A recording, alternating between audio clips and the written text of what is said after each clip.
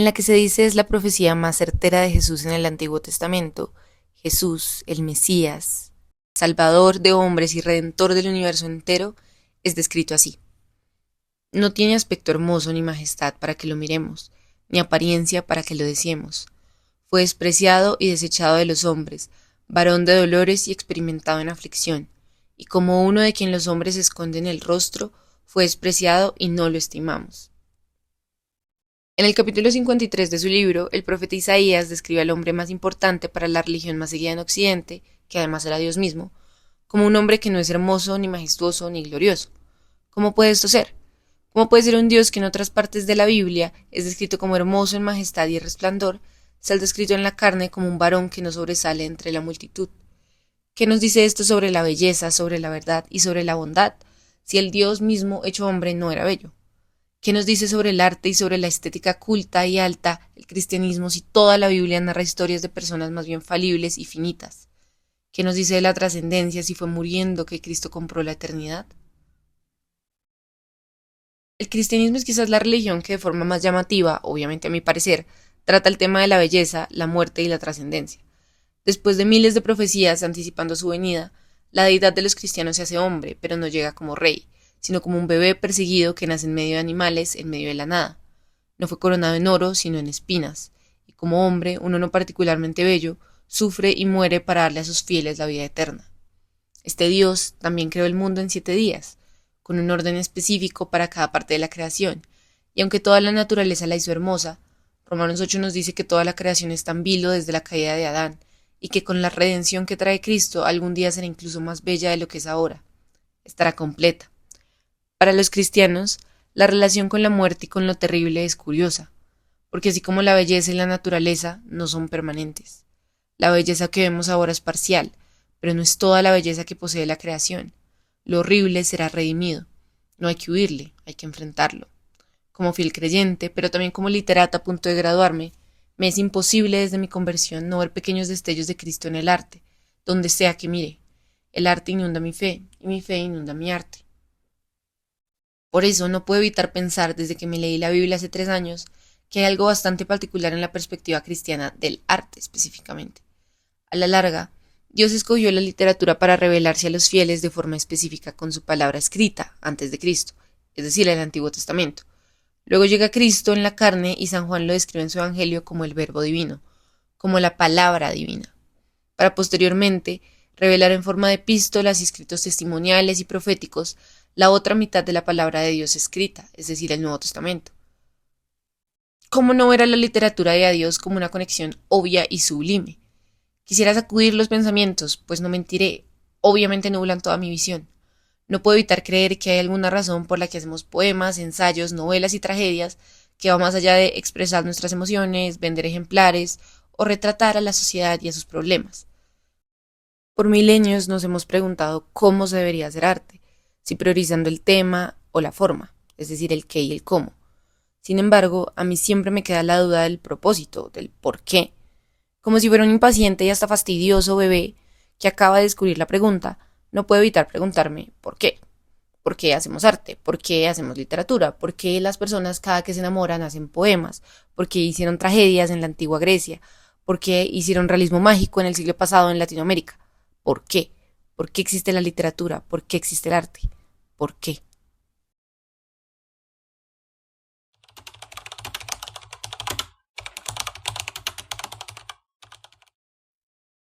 Qué larga es esta vida, qué duros estos destierros, esta cárcel, estos hierros, en que el alma está metida. Solo esperar la salida me causa dolor tan fiero que muero porque no muero. En el medioevo, el arte cristiano se centraba muy a grandes rasgos, tomando por ejemplo a Dante y a los poetas místicos en escalar, en subir, en alcanzar lo divino. Dante, por medio de Beatriz, alegoría de la teología, logró salir del infierno, pasando por el purgatorio hasta llegar al ascenso glorioso del paraíso. Las místicas, por medio de los ayunos prolongados, la vida enclaustrada y las experiencias sobrenaturales, expresaban en perfectas poesías el deseo ardiente de su alma por dejar el cuerpo terrenal y escapar por la eternidad con su amado Jesús. Así el arte es un medio para alcanzar lo divino, que no está acá en lo terrenal, sino en el despojo y en la ascensión, al llegar a la consumación eterna. La belleza estaba en lo de allá arriba, no en lo mundano. Lo divino era lo bello, y eso divino estaba muy lejos y había que alcanzarlo a toda costa. Lo verdadero era lo que estaba allá arriba, no lo mundano que estaba acá abajo. La muerte era solo un medio para la eternidad, y la eternidad una forma de escape. El arte, como la muerte, eran medios para alcanzar lo que no podemos tocar, ver o saber, pero que sí podemos sentir, y curiosamente gracias a las palabras podemos sentirlo.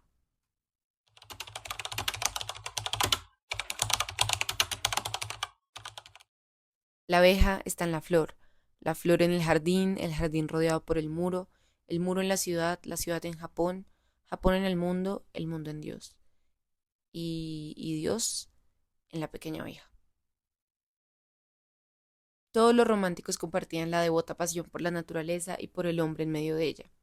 Los laquistas y todos los románticos ingleses encontraban lo sublime no en subir, sino en hacer que lo divino descendiera, que lo trascendente no fuera una divinidad particular, sino los lagos, el sol y la noche, el silencio y la magnitud de las montañas, el hombre contra la naturaleza, el hombre en la naturaleza.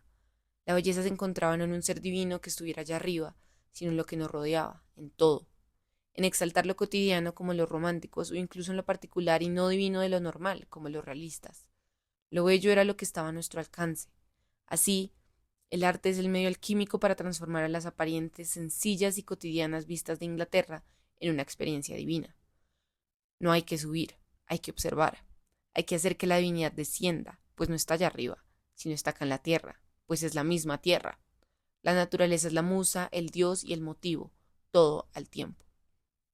Los románticos querían algo eterno, pero se fijaban más bien en las bellezas terrenales, bellezas que aunque magníficas, a mi parecer fallan y perecen.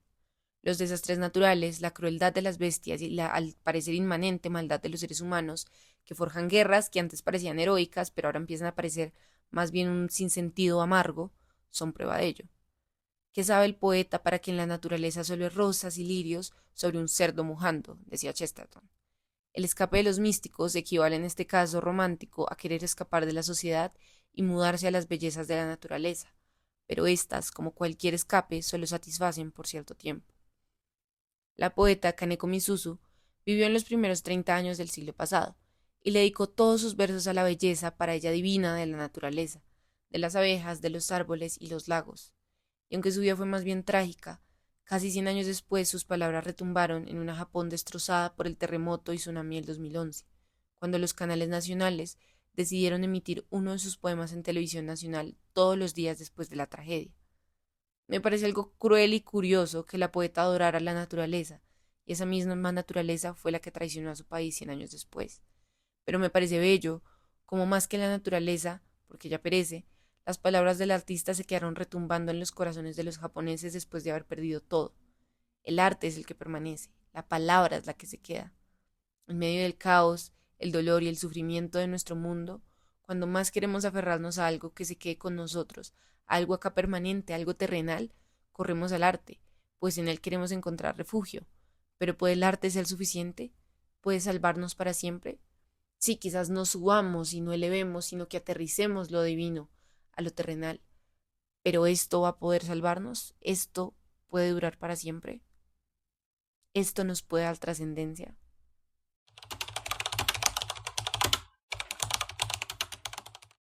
Si este libro es tan corto, confuso y discutible, es porque no hay nada inteligente que decir sobre una matanza. Después de una carnicería solo queda gente muerta que nada dice ni nada desea. Todo queda silencioso para siempre. Solamente los pájaros cantan. ¿Qué dicen los pájaros? Todo lo que se puede decir sobre una matanza. Algo así como pío, pío, pi. En Matadero 5, Kurt Vonnegut narra de forma abstracta, confusa y bizarra lo que puede ser una versión alterada de la guerra de Vietnam. En la historia hay aliens, viajes en el tiempo, hay narraciones enredadas, cambios de personaje, de narrador. Pero es que, ¿qué más se puede decir de la guerra? ¿Qué belleza podemos encontrar en ella? ¿Cómo podemos encontrar linealidad y sentido en algo tan absurdo y tan abstracto? ¿Qué heroicismo encontramos en dos bandos que se matan para probar un punto y dejan sufriendo y llorando por generaciones a un montón de inocentes? En la época posguerra, que quizás iba naciendo desde el siglo XIX, según Lukács y su tesis de la novela moderna, el descontento hacia el mundo, hacia el sinsentido y el caos, abundaban en la vida y en el arte. Cualquier idea teleológica del arte como mejora de la humanidad que se tuviera en la Ilustración fue silenciada y ahogada por el sonido de las bombas en las dos guerras mundiales. Cualquier esperanza que se tuviera en la humanidad se perdió con las atrocidades del mismo mundo. Quizás por primera vez desde el realismo nos estábamos enfrentando al sufrimiento como es, sin intentos de embellecerlo y romantizarlo. Nos dimos cuenta de la crudeza del mundo y el sinsentido de las instituciones en las que habíamos puesto nuestra confianza, pues no nos iban a salvar. El arte se encontró con lo feo, y aunque unos se querían agarrar lo más que pudieran a los clasicismos y a lo bello, y a lo alto, el mundo y las formas ya estaban agotados para cualquier heroicismo. Lo bello ya no tenía mucho sentido y la verdad no solo era subjetiva, sino que más bien no existía. Y lo bueno ya ni siquiera importaba si es que existía. Lo divino ni siquiera estaba en el cuadro, pues lo matamos. Nos quedamos solos y quizás no nos gustaba mucho lo que veíamos. Todo lo que habíamos llamado bello ya nos sabía amargo y todo en lo que habíamos depositado nuestra confianza nos falló. Ninguna cantidad de educación, de ilustración y de romanticismo, independencia y libertad podrían enfrentarse al sufrimiento, a lo grotesco y a lo feo de la existencia. Por eso llegó el existencialismo, el sinsentido y el nihilismo, y el arte no se quedó atrás, claramente. El haber deseado tan ingenuamente poder alcanzar lo divino por nuestros propios medios, nuestros ayunos y nuestro ascetismo como en el medioevo, pero también el intentar volver lo externo algo divino como en el romanticismo, nos dejó sin divinidad, sin belleza y sin sentido. Revelarnos nos dejó con grandes obras, pero con poco sentido. Y es que cuando vemos la historia de la literatura muy a la larga y de forma muy general, de la forma más simplista que lo estoy haciendo justo ahora, más o menos podemos ver que toda esta ha sido una larga y continua historia de cambios, como el modelo B de Guillén. Pequeñas implosiones que colapsan en explosiones siglos después. Desplazar a la deidad es un cambio progresivo a lo largo de la historia, una continuidad de cambios, pero es a la larga una continuidad de múltiples sucesos tanto artísticos como sociales. Todo es tan obvio, pero a la vez es tan raro. No puedo evitar pensar que hay algo más, algo curiosamente teleológico en la genealogía de una historia quizá religiosa de la literatura. Mirando hacia atrás vemos como todo va hacia un destino final. Pero, ¿cuál es este? O sea, ya después del sinsentido, ya después de desahogar y desocupar todas las fuentes de satisfacción y de sentido y de significancia que teníamos, ¿qué nos queda? ¿Qué puede seguir de aquí para adelante?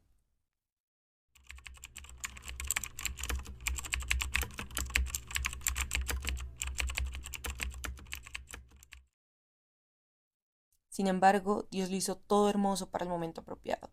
Él sembró la eternidad en el corazón humano, pero aún así el ser humano no puede comprender todo el alcance de lo que Dios ha hecho desde el principio hasta el fin. El libro de Job me gusta mucho porque expresa no solo la bondad y la misericordia de Dios, sino también su soberanía y su majestad. Después de que todos los amigos de Job y él mismo dialogaran y tuvieran su propio momento para expresar sus quejas, dolores y correcciones acerca del carácter de Dios, de la vida y del sufrimiento, el capítulo 38 da rienda suelta a los 129 versículos que continúan hasta el capítulo 41 del libro, en los que Dios mismo habla de su grandeza y su majestad. Dios le pregunta a Job si él estuvo cuando creó los cielos, cuando le dio orden a las estrellas, cuando separó las aguas y formó las montañas. La conclusión de Dios en este capítulo, más allá de su soberanía y majestad, es que todas las cosas fueron creadas por Él, y asimismo todas existen para Él. El punto de Job es el dolor y el sufrimiento por el que fue sujeto Job por el mismo Dios. Y aunque a nosotros nos gusta pensar que a la gente buena le pasan cosas buenas y a la gente mala le pasan cosas malas, a Job, que era una persona buena, le pasaron cosas malas. Y asimismo, años después, a Jesús, que era Dios mismo en la carne, le pasaron todas las cosas malas en la cruz. Este sinsentido tiene propósito literario, en mi opinión, porque nos dice que todas las cosas le pertenecen a Dios, es decir, todas las cosas, incluso las terribles, le pueden pertenecer a Dios. Es decir, lo feo y lo que no es tan bello y lo que no es tan alto y lo que no entra en el canon que Bloom diría que es válido, todo puede ser arte y todo le pertenece a Dios, porque todo tiene algo de divinidad. El cristianismo no solo se trata del canon de lo bello y de lo magnífico, por lo menos no de la forma tradicional en la que lo entendemos. La belleza, pero también el dolor, la vida, pero también la muerte, la guerra y la victoria, todo le pertenece a Dios, no a nosotros. No es nuestro, pero nos ha sido dado, por lo que podemos acercarnos al arte como un medio, no como un fin, para poder obtener más de Dios y de esa creación tan temible y tan inentendible que tenemos a nuestro alrededor. No le tenemos que temer a los peligros del dolor y del sufrimiento, y si lo hacemos, podemos también utilizar el arte para hacerlo. Podemos utilizar lo feo y lo grotesco para el arte, porque este no solo se trata de las cosas bellas de la vida, porque la vida no solo se trata de eso. Chesterton decía que los humanos no le tenemos que envidiar nada a la naturaleza, pues no era ella nuestra madre, sino nuestra hermana, que aunque en el relato de Génesis fue hecha antes que nosotros, por ser la humanidad el lugar en el que Dios decidió depositar su imagen, la naturaleza no es más que nuestra hermana menor. La naturaleza era la madre de los adoradores de Isis y de Cibele, era la madre de Wordsworth y de Emerson, pero la naturaleza no era solamente solemne para Francisco de Asís o para George Herbert. La naturaleza era una hermana menor, era una hermana pequeña con la que nos podemos reír y a la que podemos amar, pero nada más, dice Chesterton. Así la naturaleza, contrario a Aristóteles, no es la más grande artista, sino es la muestra del más grande artista. Por ende, los humanos no creamos para imitar a la naturaleza, sino porque queremos imitar a nuestro Creador. Queremos crear porque fuimos creados. En su libro Historia de la Fealdad, Humberto Eco recupera una idea ya dicha por Hegel sobre la belleza y el cristianismo, o más bien sobre la fealdad y el cristianismo.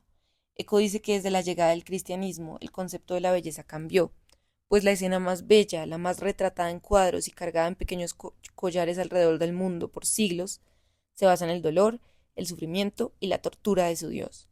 Para los griegos el sufrimiento era el resultado tanto de los errores de las personas como de los azares de los dioses. Asimismo, el sufrimiento era irracional e inescapable, como Edipo en su tragedia.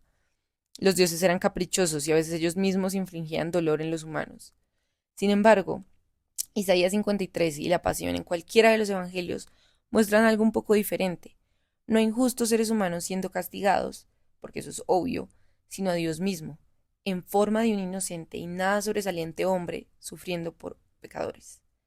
Lo que merecían los malvados lo recibió Dios colgando en un madero, y la promesa del bello cielo lo recibieron aquellos malvados que, como el ladrón al lado de Jesús, creyeron. Lo más bello para los cristianos ya no es solo heroísmo de grandes hombres en sus aventuras majestuosas, sino todo lo contrario, mansedumbre, despojo y abnegación. La vida es la muerte y la muerte es la que trae vida. Lo horrible es bello, y lo bello significa mucho más que estética, significa verdad, significa eternidad. Algo similar dice Auerbach en el capítulo 2 de Mímesis, al hablar del vuelco que provoca el Nuevo Testamento al hacer de hombres pescadores en medio de Galilea y Palestina, héroes dignos de ser tratados y admirados no solo en el arte, sino también en la misma religión. Auerbach habla del existencialismo en la humanidad frágil del apóstol Pedro, cuando niega a Cristo, después de que este último es arrestado.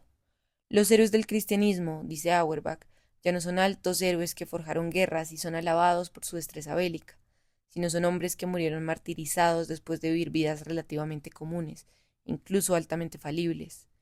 Eco dice que el arte cristiano, así como Cristo, no sirvió para escalar, sino para descender. Contrario a las místicas que querían dejar el cuerpo para alcanzar la gloria, o a los panteístas que querían dejar lo divino para encontrar lo sagrado en la naturaleza, Eco dice que el impacto del cristianismo en el arte no se trata de la gloria de lo sublime, sino de la belleza del verbo encarnado, del verbo divino encarnado. Un punto medio bastante curioso, lo grotesco de la muerte que trajo la resurrección más grande. Mi punto es que el arte no nos debe servir para ascender y, como los arquitectos de la Torre de Babel, intentar llegar al cielo. Tampoco para hacer de lo cotidiano divino, pues lo terrenal también perecerá. No podemos, como dice Beltrán Almería, ser tan escépticos que terminemos siendo perezosos. No podemos decir que el arte no es nada y que no significa nada y que es simplemente una cadena de accidentes que mágicamente han resultado en la Ilíada, en la Divina Comedia y en el Otoño del Patriarca. No voy a creer eso, por lo menos no personalmente. Hay mucha historia en el arte y mucha literatura en la humanidad como para ser reduccionistas. Pero precisamente, volviendo al génesis del asunto, creamos porque fuimos creados. Hay mucho más que nuestra simple creación y que nuestro simple sentido de artística. Queremos ascender porque queremos un toque de lo divino. Pero también aterrizamos lo divino porque nos parece que está muy lejos. Entonces lo volvemos cosas de la misma creación. Pero todo cambia si Juan 1.14 tiene la razón. El Verbo se hizo hombre. El Verbo vivió en esta tierra. El Verbo sangró y durmió y cantó y lloró y murió. El Verbo une la tierra con el cielo. Ya nada está tan perdido y podemos crear sin querer algo más. Kant decía que Lo bello verdaderamente solo se puede apreciar si no hay ningún interés de por medio. Y si nuestro interés de por medio al hacer arte es enorgullecernos, es intentar endiosarnos, intentar ser eternos, nunca jamás vamos a poder encontrar el arte como bello verdaderamente, sino que lo vamos a encontrar a nosotros mismos bellos y vamos a encontrar a nuestra creación bella y luego nos vamos a caer de narices, es porque nos vamos a dar cuenta de que la misma creación que estamos endiosando nos va a fallar también y va a crear guerras y va a crear dolor y va a crear sufrimiento. Por eso podemos creer porque fuimos creados, no con agendas internas de ser dioses pequeños, sino reconociendo nuestra falible y minuciosa humanidad, que da cuenta de algo mucho más grande. Podemos aceptar nuestra finitud mientras anhelamos la trascendencia. Podemos vivir porque ya no le tenemos tanto miedo a morir. Podemos contemplar lo hermoso y lo terrible del mundo, de la humanidad y del arte, y no intentar esconderlo, embellecerlo o escapar de él. Podemos, como Cristo mismo en la cruz, abrazar lo grotesco y verlo por lo que es. Podemos morir y así por fin verdaderamente vivir. Si Jesús derrotó la muerte, el arte ya no es solo para crear y para nacer y para dar vida, también es para poder morir en paz, sabiendo que el arte no es lo único que hay, sino que hay algo más allá.